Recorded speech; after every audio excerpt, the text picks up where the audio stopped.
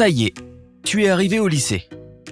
Et tu es sûrement stressé, excité et un peu anxieux. Ne t'inquiète pas, tout va bien se passer. Si tu as besoin de conseils pour bien commencer ton secondaire, on a ce qu'il te faut. Numéro 1, va à la journée d'accueil. Certaines écoles ont une journée d'accueil pour les nouveaux arrivants, ce qui veut dire que tu vas à l'école un jour où tu n'as pas cours. Ça a l'air déprimant, mais tu seras content de l'avoir fait. Déjà, tu découvriras la disposition du bâtiment dans lequel tu vas passer plusieurs années. J'ai vraiment passé les meilleures années de ma vie au lycée. Et c'est pénible au début de ne pas réussir à voir le numéro de la salle à cause de toutes les personnes qui passent devant. Donc, ne gâche pas ta rentrée en arrivant en retard parce que tu t'es perdu. Numéro 2, apprends ton emploi du temps. Si tu l'as à l'avance, c'est parfait. Lis-le, apprends-le pour savoir ce que tu as et dans quelle salle tu es. Ce sera facile si tu es allé à la journée d'accueil. En plus, si tu apprends ton emploi du temps, tu sauras à quelle heure tu pourras manger et tu pourras t'organiser en fonction de cela. Numéro 3, ne t'emballe pas avec les fournitures scolaires. Même avant le début des cours, tu peux avoir envie d'aller acheter toutes les fournitures scolaires du rayon. On ne sait jamais, tu auras peut-être besoin d'une nouvelle perforatrice. Mais tes profs te diront exactement ce dont tu auras besoin durant le premier jour. Donc attends, fais une liste et va tout acheter après. Tes parents te récompenseront même peut-être pour avoir économisé de l'argent. Numéro 4, prends-toi un agenda. Ça, c'est une fourniture scolaire dont tu auras besoin tout de suite. Il n'a pas besoin d'être particulièrement stylé. Ça peut même être juste un cahier avec un calendrier. Mais ce qui est encore plus important que d'avoir un agenda, c'est de l'utiliser. Note bien tes devoirs, les dates de tes examens, les infos que tu veux approfondir. Comme ça, tu n'as pas peur de les oublier. Ton agenda te rappellera tout quand tu l'ouvriras. Numéro 5, apprends les noms de tes profs. Ils n'auront peut-être aucune idée de qui tu seras pendant le premier mois, mais ils ont beaucoup plus d'élèves que tu n'as de profs. En apprenant leur nom, tu sauras à qui t'adresser si tu as quelque chose d'urgent à demander.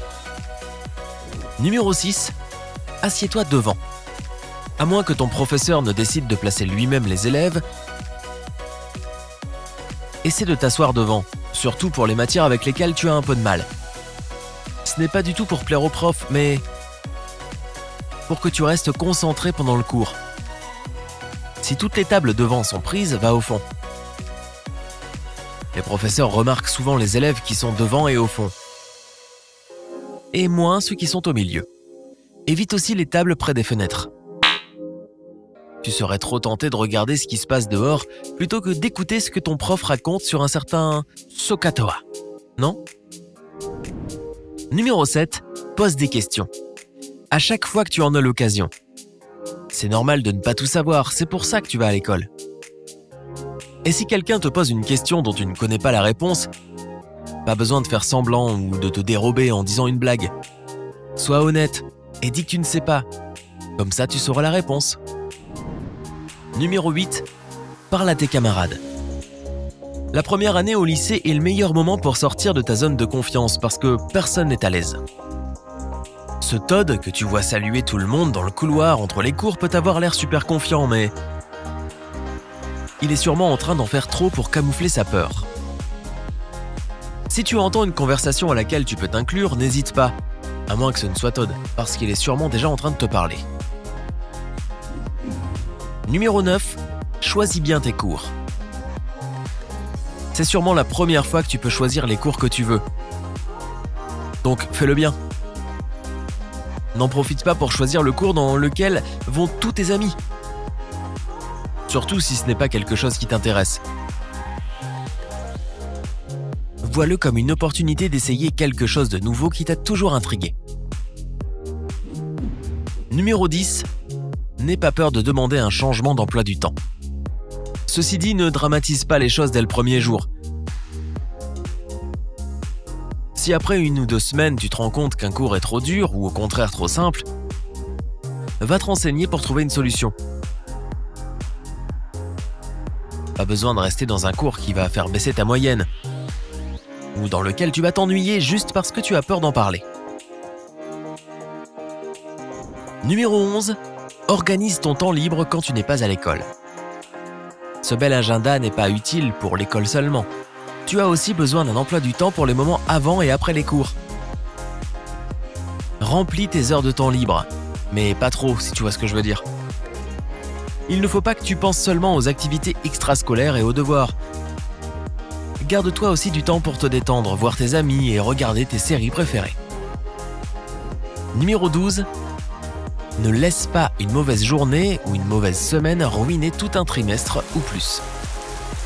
Ça arrive d'avoir de mauvaises journées, une mauvaise note ou une dispute peut être pesante, même si tu refuses de l'admettre.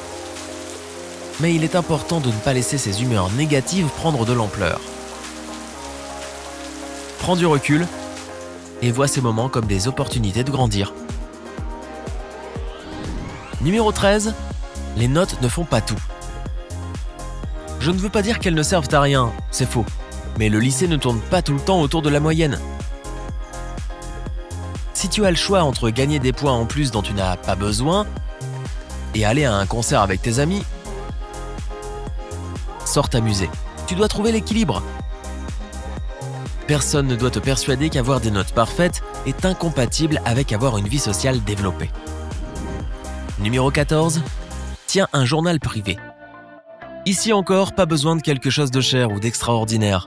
Un cahier normal fera l'affaire. En fait, cette première année de lycée va passer si vite que tu ne t'en rendras même pas compte. En un clin d'œil, l'été sera devant toi. Tu clignes encore des yeux et tu te retrouves à fêter tes 20 ans, crois-moi. Prendre 5 minutes à la fin de chaque journée pour écrire tes pensées, tes émotions et ce que tu as fait t'aidera à ralentir le temps en prenant conscience des jours qui passent. Numéro 15. Ne partage pas tout sur les réseaux sociaux. C'est peut-être tentant de partager tes émotions sur les réseaux, mais fais bien attention.